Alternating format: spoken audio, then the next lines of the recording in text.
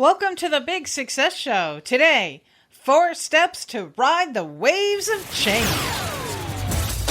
Big Success with the professor and Mary-Lynn.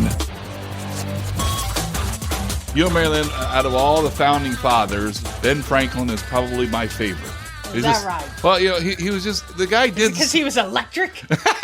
He had an electrifying personality, right? Yeah. Yes. I mean, I think it's just, the guy was so multi-talented. I mean, there's so many things that he accomplished in his life, from, you know, what we know him as with politics, to inventions, to business, to, you know, the first this, the first that, his virtues. I mean... Entrepreneurial. It's just, he runs the gamut. He really does, and he's just a fascinating man. And actually, one of my early businesses was the Ben Franklin store, so, you know, that kind of made me... you know, that kind of makes me interested in Ben Franklin, right? And out of all his quotes, one of them is very famous, and it's especially popular among politicians and tax collectors and also morticians. Okay. That quote is, "Nothing is certain except death and taxes." Boy, isn't that true. And I don't know, is it comforting to know that nothing's changed? I don't know if it is or not, but we do know that change is constant, yes, as old Ben's subtly telling us with his quote. Now, going forward, here's one thing we can be certain of. Things are going to keep changing. Yes, whether we like it or not, right? Exactly. Whether right. we're ready for it or not. And the question is, are you leading change in your life, or is it leading you? And as technology continues to develop, change is occurring more and more rapidly. You know, Mary-Lynn, I saw a study some time ago that said that the world is changing 1,000,000 times faster than the average person's ability to absorb it. Yeah, we have constant change. And so one of the things that people don't realize is entrepreneurship has been called the science of change, because entrepreneurs understand how valuable change is, because it's in the change that opportunity is created. So isn't it safe to assume that in the future, the only change is going to be that change is going to change more frequently, more faster? Right? When you put it that way, George, we do have a choice to make. Yes, we do. You can either develop the skills to anticipate change so you get ahead of it, or you just respond to it after the pain becomes so great you just can't do anything else. Like, all right, I guess I'll do this. Yes, begrudgingly. Hopefully you'll see that the first choice is definitely the choice that you want to make. After all, that's what big goal-getters do, and you have to ride the waves of change.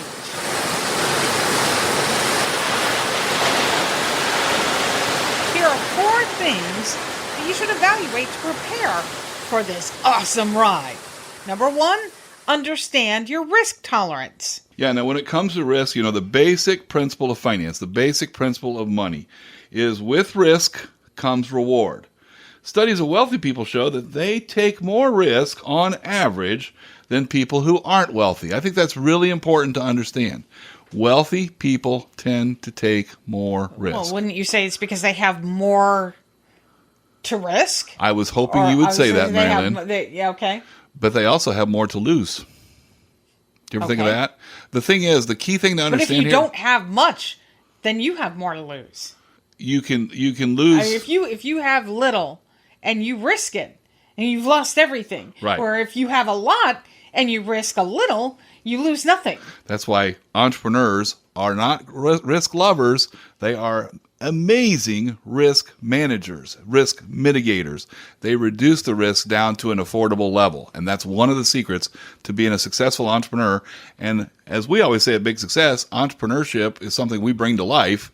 So in your life, this is a principle you can use, whether you ever start a business or not, understanding that when you are a good risk manager, that's the secret to actually being successful. Wealthy people are really good at that, and that allows them to take more risk than the average person might. So now some people are so risk averse. So here's this is really important to understand. I've got a little bit, and I need to hang on to it for all I've got. You're exactly right. So some people, they're so risk averse that they do nothing risky at all. They may do nothing at all. Okay? And, you know, unknowingly, they may be taking the biggest risk that anyone in today's rapidly changing world can possibly take. Doing nothing is doing something. So the key to managing risk is to stay steady and ride the waves of change, because making a sudden move can result in a big wipeout. But see, that's the thing entrepreneurs understand, is if we can step into this little by little by little. And how many times, Mary-Lynn, have we said, oh, we just wish that we would have gotten to this coaching client, would have come to us earlier. Mm-hmm. You know, a lot of times we put off the important decisions, or put off maybe bringing in important allies, to a point where we make mistakes along the way that turn out to be very costly. All right. And we can avoid them. Moving on. Number 2. Another thing that you need to evaluate in preparing for your ride is to test your perceptions. Now, as we grow older, which I know nothing about, just look at my hairline for the rebuttal on that, right? Why did we both laugh so hard at that? I don't know. Yes. So as we grow older, we develop a point of view based on our past experiences. Right. And unfortunately, those experiences are many. Yes, that's very. Well, for example, when we were wee little toddlers, we learned that when you put your hands on a hot stove, it hurts. So you don't do it again. We learned our lesson. Sometimes, though, we take the wrong lessons away. You know, we put our hand on that hot stove and it hurts. And so what we do is we never turn that stove on again, which means we never get any hot food. I mean, think about it. That's extreme. We do the equivalent of that. I mean, Right. as silly as that sounds, that's what we do. We get out of our comfort zone and get burned. You hear that a lot. Yeah, I mean, you'll hear that a lot with romance. You know, like, I fell in love and I got burned, so, you know what? Love stinks. I'm never going to fall in love again. You know, Exactly. That's not the way to go. You don't want to be lonely all your life. There is somebody out there for you. You just have to, get back out there. Well, and in all areas of life, you got to keep testing, right? Keep trying things, because that's what's going to propel you forward to big success. Mm-hmm. Not changing, failing to change, failing to try, failing to push yourself past your comfort zone. That's a very dangerous attitude today. You know, maybe you've been thrown off a surfboard before. Well, get back on. That's the secret. Get back on. You've been thrown off 7 times. Get back on 8. Yeah, exactly. You'll hear successful entrepreneurs say that's how they've succeeded. Exactly. Every time they made a mistake, it helped them get closer and closer to their big win. Well, and as I once heard Mark Cuban say, you only have to win once. Yeah. So you can lose 7 times, but if that 8th time you win, and as you win big, everything's great. That's what everybody will remember you for. Change is constant, and today we're talking about how to ride the waves of change for your big success. There are 4 ways to prepare for your ride, and number 3 is look for trends in the waves of change. Now, there are trends and there are fads. It's an important thing to understand when you're looking at change. Is it a fad or is it a trend? Fads come and go. Don't worry about them. You know, I mean, I think of the hula hoop because I'm that old. I was thinking of 80s hair. Okay, 80s hair. That's okay. Well, I'm thinking of a hula hoop. Okay, now you could have made a lot of money from the hula hoop, but it's here and gone. Right. Okay, for the most part. 80s hair, I don't know what you... it's timeless. Well, but not at the level that it was in its heyday. Way back. Right? Oh my gosh. Earlier we were talking about how old we were. Yes. Or This even predates me. Oh, okay. Frankly. So I was too young to ever remember the hula hoop. I just saw them, right? Can you hula hoop? Oh, I can't hula hoop at all.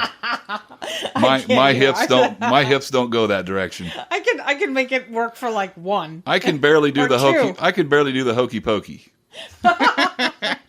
So anyway, short term we have fads. Trends are long term. You got to get on board with those long term waves of change. So thinking long term, yes. What will affect your future income, for That's example? a good one, yes. That's a something, really good one. Something will, right?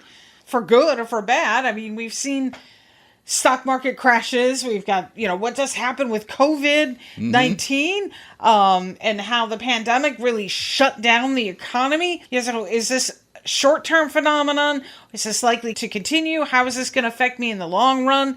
these are the types of things to be thinking about, right? Yes, and exactly. There are things that will be trends or turn out to be fads, and then there are some trends. There are some trends that were coming anyway that are going to be accelerated. You can position yourself properly by seeing these waves of change coming. What opportunities will be created? What skills will be important? Do you have them? Can you get them? Study your industry and be patient. Study your industry, by the way, and consider whether or not you need a new, your job, your employer, your industry. What's going to happen to those, to that as the waves of change come. Picking the right waves takes less energy and offers the longest ride. Ride it out, dude. All right. Moving on to number 4. The fourth way to evaluate and prepare for your ride is don't expect perfection. Yeah, Mary-Lynn, don't expect perfection. I think you're the perfect husband. I have that on tape now. I want you to know. I'm going to play that for you every time we fight. Ruh-roh. All right, so here's the deal. If you take risk and try to get on the forefront of trends, it's very, very likely that you're going to make mistakes. Oh, boy. Even if you're perfect, you're going to make mistakes, yes, right? Yes, right? So, So expect them, celebrate them. wait, I'm supposed to celebrate a mistake? You're supposed to celebrate them because What if it hurts? I'm seriously, I could take a risk, a financial Yes. risk of some sort, and it could really be painful. It could be something that could affect me long term. I'm not going to be jumping up and down over that. Well, I'll give you 2 things for that, Mary-Lynn. Number 1, refer to our risk discussion from earlier and how entrepreneurs deal with risk, right? They Right. minimize it. Right. Number 2, remember what my dad said. Boy, that's going to feel really good, son, when it quits hurting. Okay, that's a good point. So the key that you're making, though, the point that you're making, though, is that, we got to learn from the mistakes. Yeah, think about it. You're gaining valuable knowledge while most people are still sitting on the beach. That's They true. think life's a beach. Sure, I mean, right. Life's getting on the board and riding the wave. Right. And you can embrace change or you can begrudge it. Yes. And you only have one life to live. So why not find a big wave and take the ride of your life to big success? One great resource for managing risk, for anticipating change, for having that entrepreneurial mindset is our newsletter. If you aren't already subscribed, just go to BIGG Success, that's big with 2Gs, success.com/newsletter. And to all you dudes and dudettes, thanks for listening today. Until next time, Here's to your big success. Find big success at biggsuccess.com.